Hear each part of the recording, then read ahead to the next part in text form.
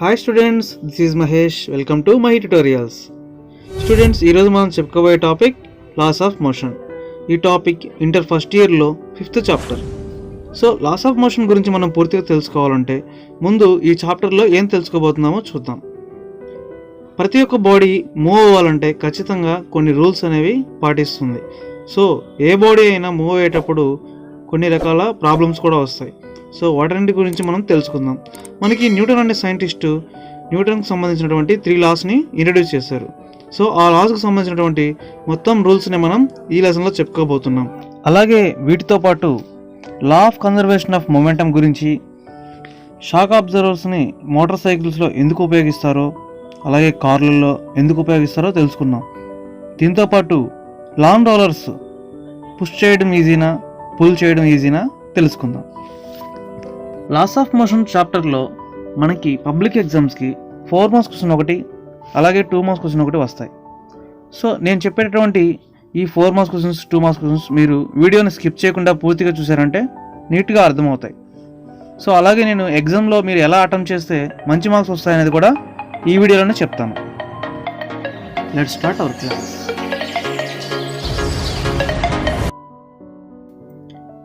Students, మనకి ఈ చాప్టర్లో మొత్తం 4 మార్క్స్ క్వశ్చన్స్, ఇంపార్టెంట్వి 6 క్వశ్చన్స్ ఉన్నాయి. సో ఈ 6 క్వశ్చన్స్లో ఏమేమి ఉన్నాయో చూద్దాం. First question, explain the advantages and disadvantages of a friction. Next second question, mention the methods used to decreasing friction. Third question, state the Newton's second law of motion. Fourth question, define the terms of momentum and impulse. State and explain the law of conservation of momentum. Fifth question, shock observers. Sixth question, why is pulling the lawn roller prefer to pushing it? Okay students, మనం first క్వశ్చన్లోకి వెళ్ళిపోదాం. Advantages and disadvantages of a friction. So friction వల్ల మనకు ఉపయోగాలు ఏంటో చూద్దాం. Number 1, walking in a possible due to friction between feet and ground. అలాగే సింపుల్గా మనం సేఫ్ వాకింగ్ అని కూడా రాయొచ్చు అనమాట. సో మనం సేఫ్గా నేలపై నడవాలంటే మన యొక్క కాళ్ళకి అలాగే రోడ్డుకి మధ్య ఫ్రిక్షన్ అనేది ఉండాలి. ఫ్రిక్షన్ అంటే గ్రిప్ అనుకోండి, సింపుల్గా గ్రిప్ అనేటటువంటిది ఉండాలన్నమాట. ఉంటే మనం సేఫ్గా నడవగలం. అలా కాకుండా జారిపోతూ ఉంటే నడవలేం కదా. సో దీన్ని మనం ఫ్రిక్షన్ అంటాం. So no friction no life. Next అలాగే ఇంకా చూద్దాం. Nails and screws are drive in to the walls of a due to friction. మనం ఇళ్లలో ఎప్పుడు చూస్తూ ఉంటాం, స్క్రూస్ కానీ మేకులు కానీ బిగించేటప్పుడు గోడకి లేదా చెక్కకి ఖచ్చితంగా ఈ స్క్రూస్ బిగించుకోవాలి అంటే అక్కడ వీటి మధ్య ఫ్రిక్షన్ అనేది ఉండాలి, అంటే గ్రిప్ అనేది ఉండాలన్నమాట. అలా ఉన్నప్పుడే గోడలో చీరలు అనేవి బిగించుకుంటాయి, లేదంటే అవి బిగించుకోవు, ఊడిపోతాయి. సో కాబట్టి మనకి ఫ్రిక్షన్ అనేది చాలా అవసరం. అలాగే మనకి ఫ్రిక్షన్ వల్ల కొన్ని డిసడ్వాంటేజెస్ కూడా ఉన్నాయి, అంటే నష్టాలు అన్నమాట. సో అవేంటో చూద్దాం. ఇందులో మొదటిది, a part of the energy delivered by the motor is wasted to overcome friction. So friction ఎక్కువగా పనిచేయడం, ఎక్కువ అప్లై చేయడం వల్ల మిషన్ యొక్క పార్ట్స్ అనేవి డ్యామేజ్ అవుతూ ఉంటాయి. ఫర్ ఎగ్జాంపుల్, ఒక కార్ అయినా, ఒక సైకిల్ అయినా, బైక్ అయినా, ఇవన్నీ మనం ఎక్కువగా వాడడం వల్ల ఏమవుతాయి, అక్కడ మిషన్ పార్ట్స్ అనేవి అరిగిపోతూ ఉంటాయి. సో దానివల్ల మనం ఎప్పటికప్పుడు వాటిని మార్చుకుంటూ ఉండాలన్నమాట. అలాగే సైకిల్ బ్రేక్స్ అయినా, చైన్స్ అయినా, బాల్ బేరింగ్స్, బాల్స్ అయినా, సో అన్నీ కూడా చేంజ్ చేసుకుంటూ ఉండాలన్నమాట. నెక్స్ట్ అలాగే దీంట్లో సెకండ్ పాయింట్ చూద్దాం. Wear and tear of the machine is increasing to the friction. So ఎప్పుడు కూడా మిషన్లు వాడడం వల్ల ఎక్కువగా వాటి యొక్క ఫ్రిక్షన్ అనేది ఇంక్రీజ్ అవుతుంది, అలాగే పార్ట్స్ అనేవి డ్యామేజ్ అవుతాయి అని చెప్తున్నారు. సో ఈ విధంగా రాస్తే మీకు 4 మార్క్స్ వస్తాయి. నెక్స్ట్ మనం చూద్దాం. Mention the methods used to decrease ఫ్రిక్షన్ని డిక్రీజింగ్ చేయడానికి మనకి 4 టైప్స్ ఆఫ్ మెథడ్స్ ఉన్నాయి. అందులో నెంబర్ 1 వచ్చేసి polishing. By polishing the surface frictional force can be reduced. మనం ఏదైనా దాని యొక్క సర్ఫేస్ని పాలిష్ చేసినప్పుడు ఫ్రిక్షనల్ ఫోర్స్ అనేది తగ్గుతుంది. సో అందుకే మనం దర్వాజాలు అంటే తలుపులు అవన్నీ చెక్కినప్పుడు వాటిపైన మనం పట్టుకుంటే అవి గరుగ్గా ఉంటాయి. అందుకోసం వాళ్ళు ఏం చేస్తారు, దాన్ని సాల్ట్ పేపర్తో స్మూత్ చేస్తారు.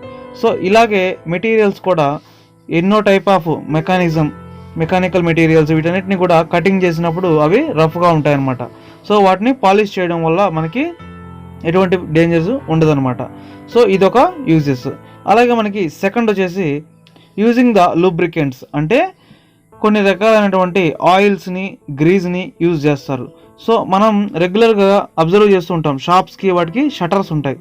ఈ షటర్స్ పైకి కిందకి రోజు లాగడం వల్ల అవి గరగర సౌండ్స్ వస్తాయన్నమాట. సో అవి అలా రాకుండా ఉండడానికి అక్కడ ఏం యూజ్ చేస్తారు అంటే లూబ్రికెంట్స్ యూజ్ చేస్తారు.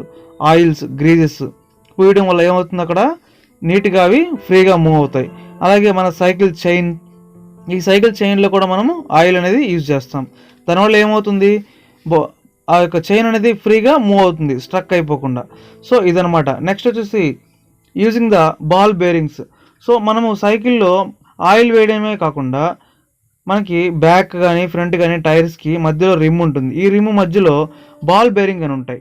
సో ఇవేం చేస్తాయి, చక్రాన్ని చాలా స్మూత్గా తిరిగేటట్లు చేస్తాయి అనమాట. అవి అలాగే ఇంకా చాలా వాటిలో మనం అబ్జర్వ్ చేస్తాం. స్పిన్ జెట్టర్, మీరందరూ ఆడుకుంటూ ఉంటారు స్పిన్ జెట్టర్, దాంట్లో కూడా మధ్యలో ఉంటుంది కొన్ని బాల్స్ ఉండి రింగ్ లాగా ఉంటుంది అనమాట. సో అందువల్ల అవి చాలా స్పీడ్గా తిరగడానికి ఉపయోగపడతాయి అనమాట, ఫ్రీగా మూవ్ అవడానికి యూజ్ అవుతాయి. So using the ball bearings, the wheels of motor vehicles, cycles and shifts of motors, dynamos and provided with ball bearings to reduce the friction. So ఇవన్నీ కూడా ఫ్రిక్షన్ని తగ్గడానికి ఉపయోగపడతాయి. నెక్స్ట్ అలాగే స్టీమ్ లైనింగ్. మనం streamlining అంటే మీ అందరూ కూడా అబ్జర్వ్ చేసినట్లయితే ఏరోప్లేన్స్కి, పెద్ద పెద్ద షిప్స్కి, బుల్లెట్ ట్రైన్స్కి వాటి యొక్క ఫ్రంట్ షేప్ ఎలా ఉంటుంది, కర్వ్గా, బర్డ్స్కి ఎట్లా అయితే కూస్గా ముందల వైపు ఉంటుందో ఆ విధంగా ఉంటుందన్నమాట. సో దానివల్ల అడ్వాంటేజ్ ఏంటంటే ఎయిర్ యొక్క రెసిస్టెన్స్ని తగ్గించవచ్చు. సో అందుకోసమే దాన్నే ఏమంటామంటే స్టీమ్ లైనింగ్ అంటాం. దీనివల్ల ఎయిర్ ఫ్రిక్షన్ని తగ్గించవచ్చు అనమాట. సో ఈ 4 పాయింట్స్ అనేవి మీరు రాశారంటే మీకు 4 మార్క్స్ అనేవి వస్తాయి. ఓకే, నెక్స్ట్ క్వశ్చన్లోకి వెళ్ళిపోదాం. నెక్స్ట్ క్వశ్చన్ న్యూటన్ సెకండ్ లా. దీనికి మనం స్టేట్మెంట్ రాయాల్సి ఉంటుంది. The force acting on a body is directly proportional to the rate of change in momentum and that is along the direction of force. So సింపుల్గా మనం rate of change in momentum is equal to 4 అని చెప్పవచ్చు అనమాట. F is directly proportional to delta P by delta T అని చెప్పవచ్చు. Newton second లా అనేది ఎప్పుడు కూడా రేట్ ఆఫ్ చేంజ్ ఇన్ మొమెంటమ్ని తెలియజేస్తుంది. నెక్స్ట్ అలాగే ఇక్కడ ఎఫ్ ఈజ్ ఈక్వల్ టు ఎంఏని ప్రూవ్ చేయడం జరిగింది. సో ఈ డెరివేషన్ని మీరు ఒకసారి గమనిస్తే మీకు నీట్గా అర్థమవుతుంది. ఓకే, మనకి నెక్స్ట్ క్వశ్చన్ వచ్చేసి why is pulling the lawn roller preferred to pushing it. లాగడమే తేలిక నెట్టడం కన్నా, ఎందుకో తెలుసుకుందాం. సో ఇక్కడ మనకి 2 కండిషన్స్ ఉన్నాయి. లాన్ రోలర్ని పుష్ చేయడం ఒక కండిషన్, పుల్ చేయడం ఇంకొక కండిషన్. సో ఫస్ట్ కండిషన్ చూద్దాం. సపోజ్ ఏ లాన్ రోలర్ పుల్లుడ్ అంటే లాగుతున్నాం అనమాట. సో లాగినప్పుడు ఏం జరుగుతుందో చూద్దాం. లాగినప్పుడు మనకి పైన ఉన్నటువంటి నెట్ ఫోర్స్ అంతా కూడా డౌన్వర్డ్లో జరగడం జరుగుతుంది, అంటే ఆటోమేటిక్గా కిందకి రావడం జరుగుతుంది అనమాట. ఎప్పుడు పుల్ చేసినప్పుడు అంటే లాగినప్పుడు. సో ఇప్పుడు మనకి total work done W is equal to N equal to W minus F sine థీటాగా రాసుకున్నాం. సో ఇక్కడ మైనస్ సైన్ థీటా ఎందుకు వచ్చింది అంటే అది డౌన్వర్డ్ డైరెక్షన్లో వచ్చింది కాబట్టి వాల్యూ అనేది తగ్గిపోతుంది, అంటే ఇక్కడ టోటల్ ఫ్రిక్షనల్ ఫోర్స్ అనేది కూడా తగ్గిపోయింది. సేమ్ అలాగే మనం లాన్ రోలర్ని నెట్టినప్పుడు అంటే పుష్ చేసినప్పుడు, సో పుష్ చేసినప్పుడు ఏమవుతుంది, ఆల్రెడీ కింద డైరెక్షన్లో ఉన్నటువంటి ఫోర్స్ని మనము ఒకేసారి 180 డిగ్రీస్కి తీసుకురావాలన్నమాట. సో అప్పుడు మనం ఎక్కువ ఎనర్జీ యూజ్ చేయాల్సి వస్తుంది. అందుకని ఇక్కడ ఏమైంది, ప్లస్ ఎఫ్ సైన్ థీటా వచ్చింది. సో దానివల్లే మనం చెప్పొచ్చు సింపుల్గా ఇక్కడ పుషింగ్ కన్నా కూడా పుల్లింగే ఈజీ అని చెప్పేసి. ఓకేనా, నెట్టడం కన్నా లాగడమే తేలిక అని మనం అర్థం చేసుకోవచ్చు. Next question, define the terms momentum and impulse. So మనం ఇప్పుడు మొమెంటమ్ అంటే ఏంటి, ఇంపల్స్ అంటే ఏంటో చెప్పాలి. అలాగే state and explain the law of conservation of momentum. Law of conservation of momentum ఏ విధంగా ఉంటుందో చెప్పాలి. అంటే ఒకసారి కొలిజన్ జరిగిన తర్వాత ఆ బాడీస్కి ఉన్నటువంటి మొమెంటమ్ అనేది ఏ విధంగా చేంజ్ అయ్యింది, ఆఫ్టర్ ఎనర్జీ అనేది మొమెంటమ్ అనేది కాన్స్టెంట్గా ఉందా మారిపోయిందా మనం చెప్పాలన్నమాట. So law of conservation of momentum అంటేనే అర్థం ఏంటి, మొమెంటమ్ అనేది కొలిజన్ జరగక ముందు అయినా కొలిజన్ జరిగిన తర్వాత అయినా సేమ్గా ఉంటుంది, ఎటువంటి చేంజెస్ రావని. సో దానికోసమే మనం ఇక్కడ డెరివేషన్ ఇచ్చాం. కానీ ఇక్కడ మీకు ఈ చాప్టర్లో ఈ డెరివేషన్ అంతా అంత ఇంపార్టెంట్ కాదు. మీకు వర్క్ పవర్ ఎనర్జీలో అక్కడ వస్తుంది కొలిజన్ టాపిక్. సో అక్కడ మీరు బాగా చదవండి. సో ఇక్కడ జస్ట్ మొమెంటమ్ అంటే ఏంటి, ఇంపల్స్ అంటే ఏంటో రాద్దాం. The product of mass and velocity of A body is called it's momentum. So సింపుల్గా P is equal to mv అని చెప్పొచ్చు. నెక్స్ట్ అలాగే impulse of A force is the product of average force during impact of their time for which of the impact last. So ఇక్కడ మనం ఏం చెప్పొచ్చు అంటే impulse I is equal to F into delta T. So అక్కడ ఉన్నటువంటి force మరియు అక్కడ ఉన్నటువంటి చేంజ్ అయినటువంటి టైం, సో ఈ రెండు మల్టిప్లికేషన్ మనకి ఇంపల్స్ వస్తుందన్నమాట. సో అలాగే నెక్స్ట్ దీంతో పాటు ఇంకా ఇక్కడ ఏం రాయాలంటే కొన్ని ఎగ్జాంపుల్స్ కూడా రాయాల్సి ఉంటుంది. సో ఆ ఎగ్జాంపుల్స్ ఏంటంటే motion of a rocket satisfies the law of conservation of momentum. Rocket అనేది పైకి ఎగరడానికి ఎంతైతే శక్తి కావాలో అలాగే దానికి ఆపోజిట్ డైరెక్షన్లో కింద వైపుకి అంత ఫైర్ అనేది జరగాలన్నమాట. ఫైర్ జరిగినప్పుడు అది పైకి వెళ్తుంది. అలాగే గన్లో నుంచి బుల్లెట్ వచ్చేటప్పుడు సో ఎంతైతే ఫోర్స్తో ముందుకెళ్తుందో అంత ఎనర్జీ మళ్ళీ బ్యాక్ సైడ్కి కూడా తంతుంది, అంటే రివర్స్ వస్తుంది అనమాట. సో దీన్ని మనం లా ఆఫ్ కన్జర్వేషన్ ఆఫ్ మొమెంటమ్ అని అంటాం. ఓకే స్టూడెంట్స్, ఈ చాప్టర్లో లాస్ట్ క్వశ్చన్ షాక్ అబ్జర్వర్స్ అంటే ఏంటో చూద్దాం. మనం జనరల్గా బైక్స్లో, కార్లలో ఇటువంటి షాక్ అబ్జర్వర్స్ని అబ్జర్వ్ చేస్తూ ఉంటాం. ఇవి ఏం చేస్తాయంటే షాక్ అబ్జర్వర్స్ అంటే సడన్గా వచ్చినటువంటి బ్రేక్స్ని వాటి దగ్గర మనల్ని వెంటనే పడిపోకుండా స్లోగా ఆ ఫోర్స్ అంతా కూడా బైక్ పైన అప్లై అవ్వకుండా చేస్తాయన్నమాట. సో దీనికి కారణం ఏంటంటే అందులో యూజ్ చేసినటువంటి స్ప్రింగ్స్ అనేవి ఎక్కువ ఫోర్స్ని అంటే వితిన్ తక్కువ టైంలో ఎక్కువ ఫోర్స్ అప్లై అయ్యేదని మనం ఇంపల్స్ అని అంటాం. సో దీన్ని ఏం చేస్తాయి, ఆటోమేటిక్గా రెడ్యూస్ చేస్తాయి.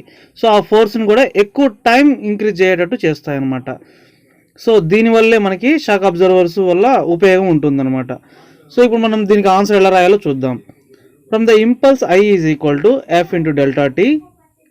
For the same impulse F is directly proposal to 1 by delta T when the vehicle moves on the uneven roads. గతుకులుగా ఉండే రోడ్స్లలో వెహికల్స్ మూవ్ అయినప్పుడు ఇట్ రిసీవ్స్ ఏ జర్క్స్ని ఇవి తీసుకుంటాయి. The impulsive force act on the vehicles. అప్పుడు impulsive force అనేది vehicle పైన యాక్ట్ అవుతుంది. So shock absorbers are used in the vehicles to increasing the time of the impact. So అప్పుడు ఏం చేస్తాయి, ఈ యొక్క షాక్ అబ్జర్వర్స్ అనేవి ఆ ఫోర్స్ని వెంటనే అప్లై చేయకుండా స్లోగా అప్లై చేస్తాయి అనమాట. సో దానివల్ల మనకి కొంచెం ఆ కుదుపుల నుండి తగ్గించుకోవచ్చు by the decreasing the frictional force of A vehicle. So అలాగే ఫ్రిక్షనల్ ఫోర్స్ని కూడా డిక్రీజ్ చేసుకుంటాయి. దీనివల్ల మనకి యూజ్ ఉంటుందన్నమాట, వెహికల్స్ డ్యామేజ్ అవ్వకుండా ఉంటాయి. ఓకే స్టూడెంట్స్, ఈ వీడియో మీకు నచ్చితే లైక్ ఇవ్వండి. అలాగే నేను 2 మార్క్స్ ఇంకొక వీడియోలో అప్లోడ్ చేస్తాను. సో ఎటువంటి డిసప్పాయింట్ అవ్వద్దు, నాకు టైం సరిపోలేదు, అందుకే ఈ వీడియో ఇంతవరకు అప్లోడ్ చేస్తున్నాను. నెక్స్ట్ ఆఫ్ ఆల్ మీరు ప్లేలిస్ట్లోకి వెళ్ళి వీడియోస్ని చూసుకునేది అలవాటు చేసుకోండి. సో ప్లేలిస్ట్లోకి వెళ్తే ఆటోమేటిక్గా అన్ని వీడియోస్ కనిపిస్తాయి. ఈ వీడియో మీకు నచ్చితే లైక్ చేయడం మర్చిపోవద్దు. అలాగే మీకు తెలిసినటువంటి ఒక ఫ్రెండ్కైనా సరే దీన్ని షేర్ చేయండి. Thanks for watching my videos. Bye bye.